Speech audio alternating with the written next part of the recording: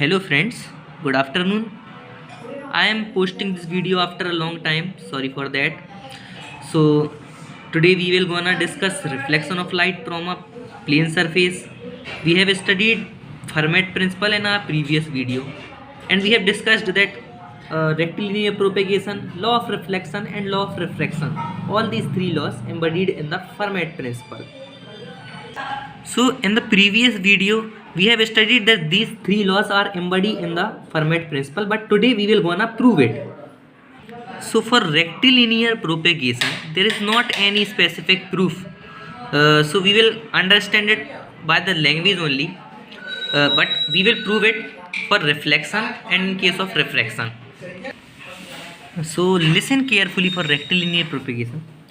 Between any 2 points in a homogeneous medium, you know that a straight line is the path of least distance and hence it is the path of least time. Thus light travels in straight lines in a homogeneous medium. And the same thing is in the Fermat principle, that during reflection or refraction, or even during any number of reflection and refraction through one point to another, light always choose the distance which is minimum, or the time taken in that distance is minimum.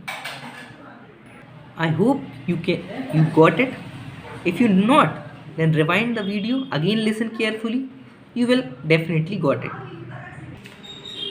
Okay, so now move on to the reflection. So here I have drawn the diagram, so I will explain you this. Here we have taken a xy, a plane surface, plane shiny or plane reflecting surface. So a light ray travel from point A to A dash. Here a light ray travels from point A to A dash during the process of reflection through the plane surface xy. So here the path of light is AM A dash. The angle of incidence is I and the angle of reflection is R. You can see the angle of incidence is I and angle of incidence is R. So angle of reflection is R.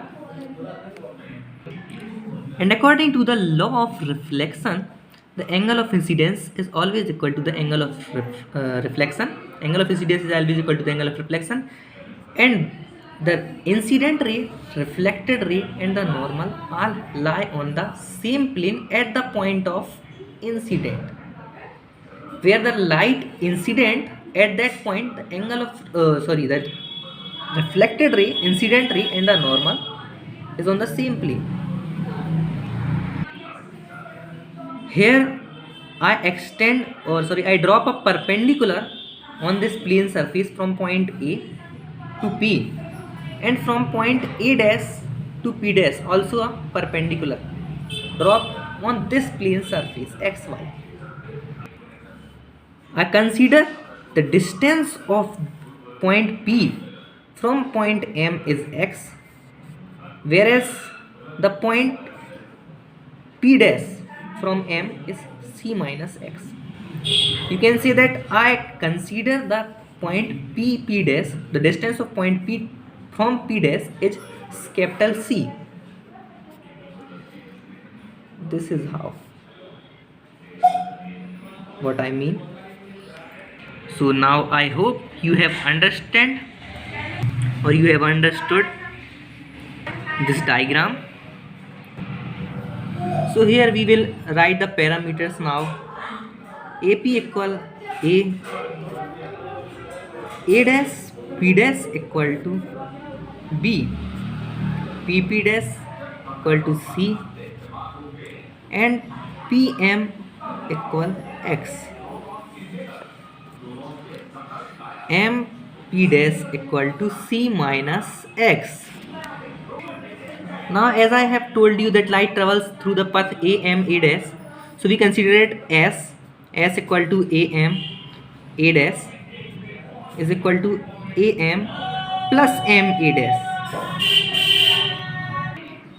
You can see this am a dash can be written as am plus m a dash. These are two different separate distance, you can say. So here am is equal to under root ap square plus pm square. So now how this has come? So you can see this right angle triangle APM. So this is AM, you can see this is AM, and we can apply Pythagoras theorem in this right angle triangle.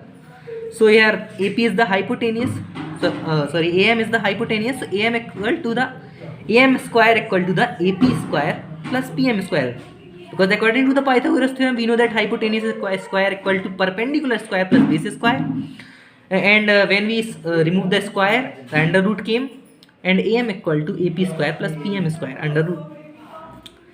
This is how it come. You got it?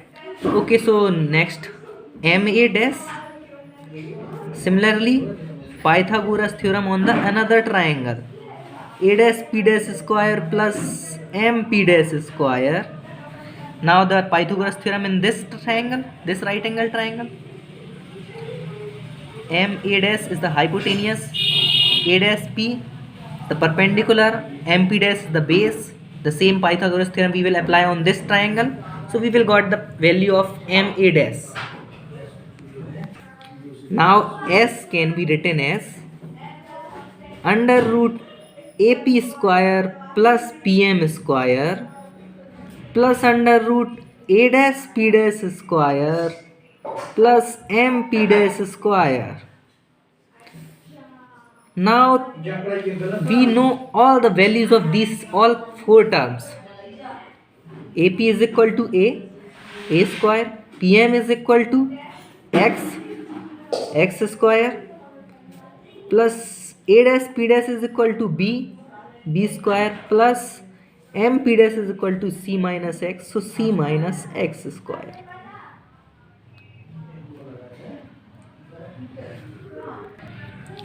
Now if we consider the speed of the light is V. So we can write T equal to S upon V. Now how it came?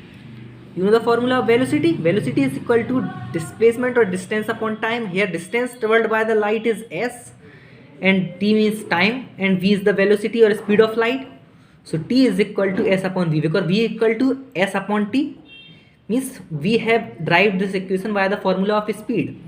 So T is equal to S upon V.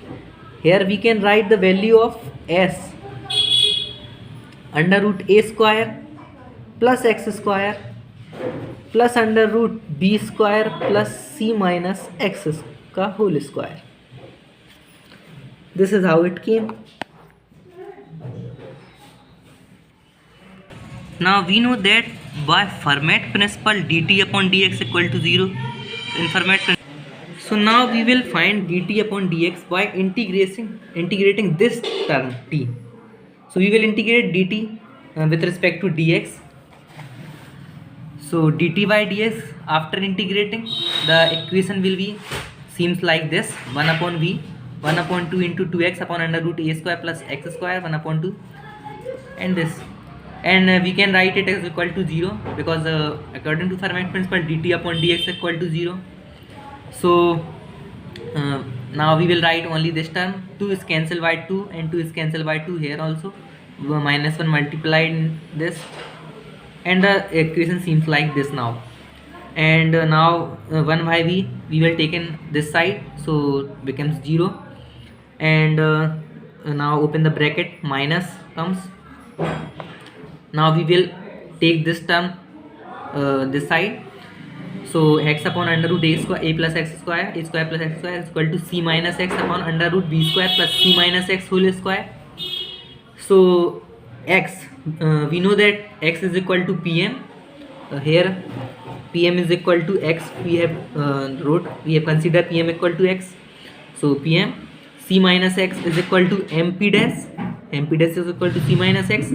and under root a square plus x square is equal to am. So here how it come? Am is equal to under root ap square plus pm square. Here ap square equal to a, so am equal to under root, you can write also here under root a square plus x square, and similarly this also under root b square plus c minus x square, sorry c minus x का whole square. So here under root a square plus x square am equal to, and b square plus c minus x का whole square is equal to m a dash. So now in right angle triangle MPA, now triangle MPA, you can see that if this angle is I, because these are the alternate angles, angle AM and this we consider as E, so AME and MAP, these are two alternate angles, so these will be equal, and similarly EMA dash and MA dash P dash will also be equal R. So in this triangle we will it is also right angle triangle, so sin I, this is the angle of incidence, so sin I is equal to the PM upon AM, because we know that sin I is equal to perpendicular upon base, and now for this angle PM will be the perpendicular and the AM will be the hypotenuse. Sorry, sin I is equal to means sin of the any angle is equal to perpendicular upon hypotenuse. So PM is the perpendicular and AM is the hypotenuse, so sin I is equal to PM upon AM. Similarly in the triangle MP dash A dash, now MP dash A dash, for MP dash A dash this term MP dash will be the perpendicular and MA dash will be the hypotenuse. So we can write sin R is equal to MP dash upon MA dash. Now you can see that both of these terms PM upon AM and MP dash upon MA dash are equal here. So sin I and sin R will also be equal. Sin I is equal to sin R, so I is equal to R, and then angle of incidence is the angle of reflection, which is the law of reflection. So now this is how we proved the law of reflection by the Fermat principle. I hope you get it, or you got it, this complete derivation, or you complete whole proof. If you have still any problem, you can ask in the comment section. And sorry if there is so much noise around me, but still I made this video. Okay, so thanks for watching. Like, share and subscribe.